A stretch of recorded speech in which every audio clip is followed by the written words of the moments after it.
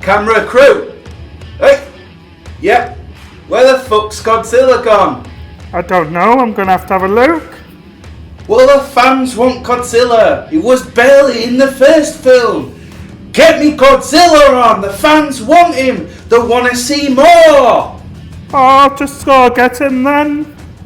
See? Bring him over. Oh!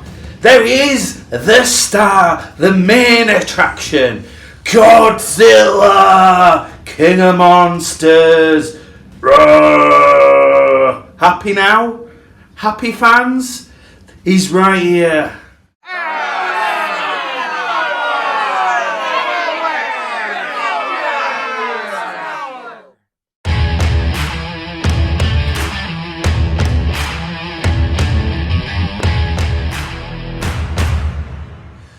Hey YouTubers, it's me! You guessed it, BeevDawg! And today we are exploring the Monsterverse.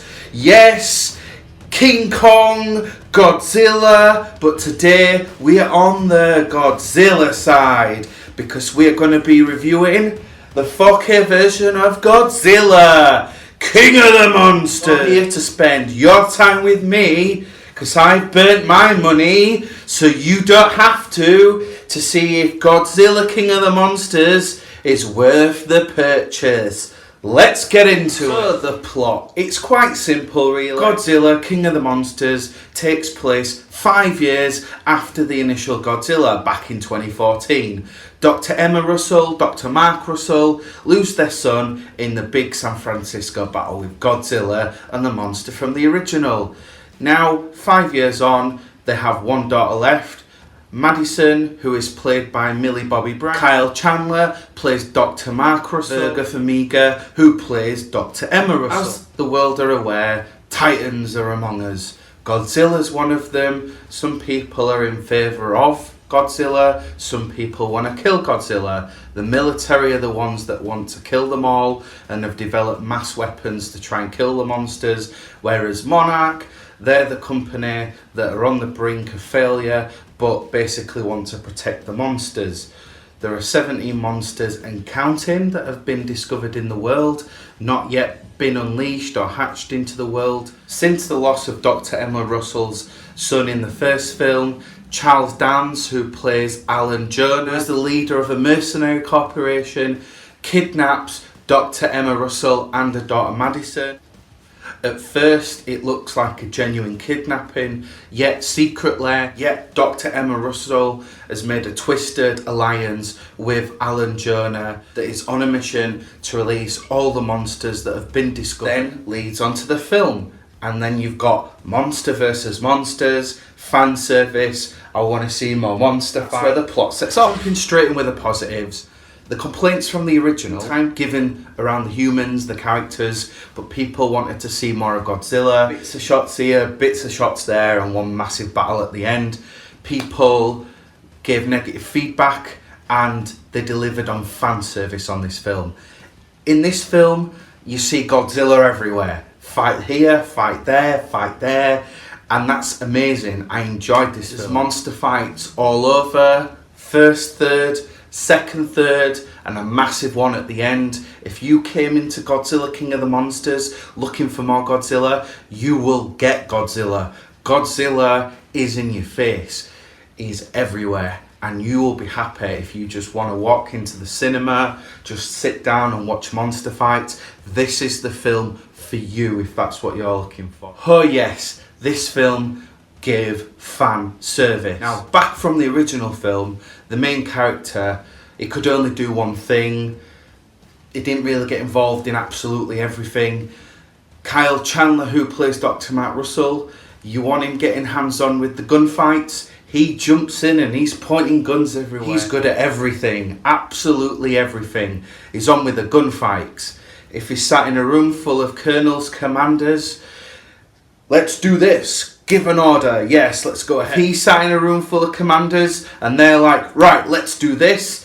No, he says, Dr. Mark Russell, no, let's do this. He's on the ground towards the end and he's between a monster fight between Godzilla and Monster Zero. There's loads of army guys around him. The army guys aren't giving the orders. Nope. This guy's giving the fucking orders. He's like, right, you there, me, mine there, let's go find my daughter Madison. Let's go, boys. Yeah, you've got one guy that can do it fucking all. Now let's talk about the negatives here, because there are a few negatives. I'm one of these easygoing audience people that likes to go to a film, see the fights, just get entertained, walk out and be enjoyed. But I gotta look at it from every angle here. The thing that's missing from these fights on here, yes, there are plenty of fights. The only thing that lets it down a little is when the camera's jumping between monster to monster from the ground down. The camera's not steady, it's very shaky. Sometimes it's not very clear to see what's going on, and the camera angles could be better. The only time that it looks absolutely epic is right before the fight. Once they square up, look each other in the eye. There's one point where round one, Godzilla, Monster Zero, down in the ice caps, and the camera zooms right out and you can see the size difference of the monsters. Monster Zero is massive. Godzilla, he's massive, nothing compared to the size of Monster Zero, and that epic shot just makes you wonder, ooh, how's the fuck's he gonna survive this? The camera angles, yeah, could be better. Also, the story. What this film did, it gave more monster fights, but it kind of took out the aspect of the story with the people. It was a little diluted. I wasn't as invested in the characters as the main gripe I had with this film was when Dr. Emma Russell was taken hostage. They get taken down to the ice cap. Monster Zero's frozen solid and a big icicle. Dr. Matt Russell comes in to save his family. They both stood on a bridge. Mercenaries stood behind Dr. Emma Russell. You know, the military stood behind Dr. Mark Russell. She's got the trigger finger with a C4. If she clicks the button, the icicle caps go boom and the monster gets released. She doesn't have a gun to her head. At this point, that is where you realise she clicks the button, she says sorry. It's like, hold on a minute, this makes no sense. Why she released Monster Zero? The whole ideal is I was waiting and waiting and waiting to watch this film because I needed it to make sense to me, and at the point that it gave me the explanation as to why has Dr. Emma Russell released the Monster Zero, it's like they just rushed it out, didn't have a genuine reason to release Monster Zero. It's like the director just went, right, we need a monster fight by the first third of the film. Just get them the fuck in there, blow it the fuck out, and get a monster fight, okay? I sat waiting for the explanation. I was waiting and waiting to find out why Dr. Emma Russell released Monster Zero. The ideal is that humans are a parasite to the earth. Over time, they've destroyed the earth, knocking down trees, polluting the atmosphere. The only way to balance this out is by releasing all the monsters. Apparently, there's some sort of big ideal that the monsters at one time in prehistoric times walked the earth, and instead of trees dying and we're being the parasites, there's a balance where trees grow back, and there's like a cycle where the monsters keep the earth running in rotation. And humans and titans living coincide. So that's the kind of story here. It didn't really make sense to me. The characters had no A to B goal. It was like they were just there for a reason, just to give the fan service. So this film falls a little flat on that side. The only character that I really got truly invested in was Madison, who's played by Millie Bobby Brown. She was always in distress. Her parents were fighting. She couldn't understand what was going on. They could have explored the aspect of her being pushed away from her parents, arguing all the time. There are more things that they could have looked into story-wise, rather than just giving you monster fights. you know, Mark Russell that can James Bond it through the film. So yeah, there could have been some more things in this, but like I say, it depends what you're looking for from this film. Like me, I was very impressed with this film, but all aside, to make it a perfect film, it just missed out on a few things. So, before we get on to the unboxing, as always, let's see what the world thinks about this film, because that's a very important thing when it comes to these films. So, IMDb. This film has got 6.1 out of 10 stars, so it looks like the audience here think the film was above average.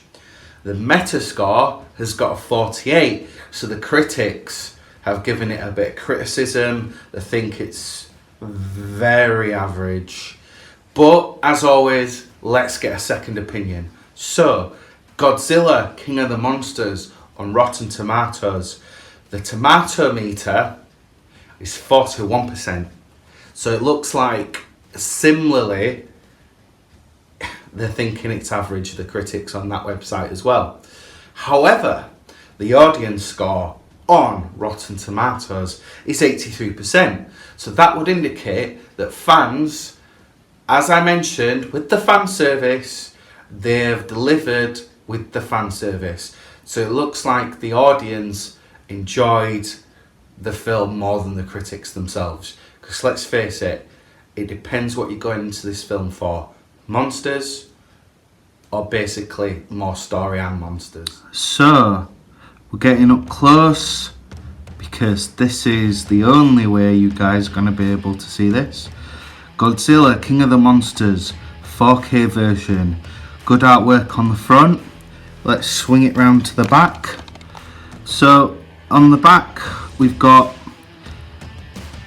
instructions on how to work this in 4K. Good graphics here. We have Godzilla on the back, and we have, if we look here, Dr. Mark Russell, we've got Madison, Dr. Emma Russell, and finally the mercenary that we were talking about, Alan Jonah. Okay, and then let's unbox this. As always, these come with sleeves, so same artwork, a little bit different on the back, just doesn't have the stars. Let's open the box. So if we have a look inside, we've got a little advert. Now, as I mentioned initially, we've got monster movies. I think what they're going for is a monsterverse, a little bit like the Marvel MCU. We have a Blu Ray here, the original Blu Ray. So if you don't have a 4K player, you can always take it round to your friend's house. And here we've got the initial 4K disc, which is Godzilla in 4K. So let's give it a rating. Godzilla, King of the Monsters. I've told you the plot, I've told you what's good about it, and I've told you what's not good about it. What do I think about it? What does BeevDawg think about it? BeevDawg thinks that Godzilla, King of the Monsters, because I enjoy monsters and I enjoy watching things get ripped to shit, I think this film is a Dawg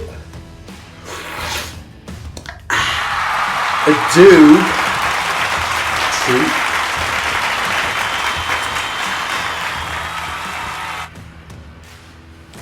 YouTubers, if you enjoyed this video, go down below, hit that like button, help me out, help my channel out.